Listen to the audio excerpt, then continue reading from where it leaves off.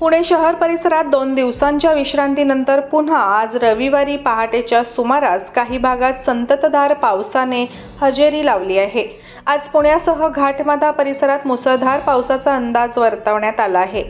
पुणे शहराला yellow alert देण्यात आलेला आहे। आज हवामान विभागाने दिलेल्या माहितीनुसार मुंबईसह कोकण, पश्चिम महाराष्ट्र आणि विदर्भात जोरदार पावसाचा इशारा करण्यात आला आहे। कोकण परिसरात 2 ऑगस्टपर्यंत मुसळधार पाऊस सुरू राहणार असून विदर्भात 29 जुलैपासून 2 ऑगस्टपर्यंत मुसळधार पावसाचा अंदाज वर्तवण्यात आला आहे। मात्र मध्य महाराष्ट्र आणि मराठवाड्यात मध्यम पावसाचा अंदाज आहे। विदर्भात सोमवारपासून पावसाचा जोर वाढण्याचा अंदाज आहे। मध्य महाराष्ट्र, मराठवाड्यात मध्यम पावसाची शक्यता वर्तवण्यात आली आहे।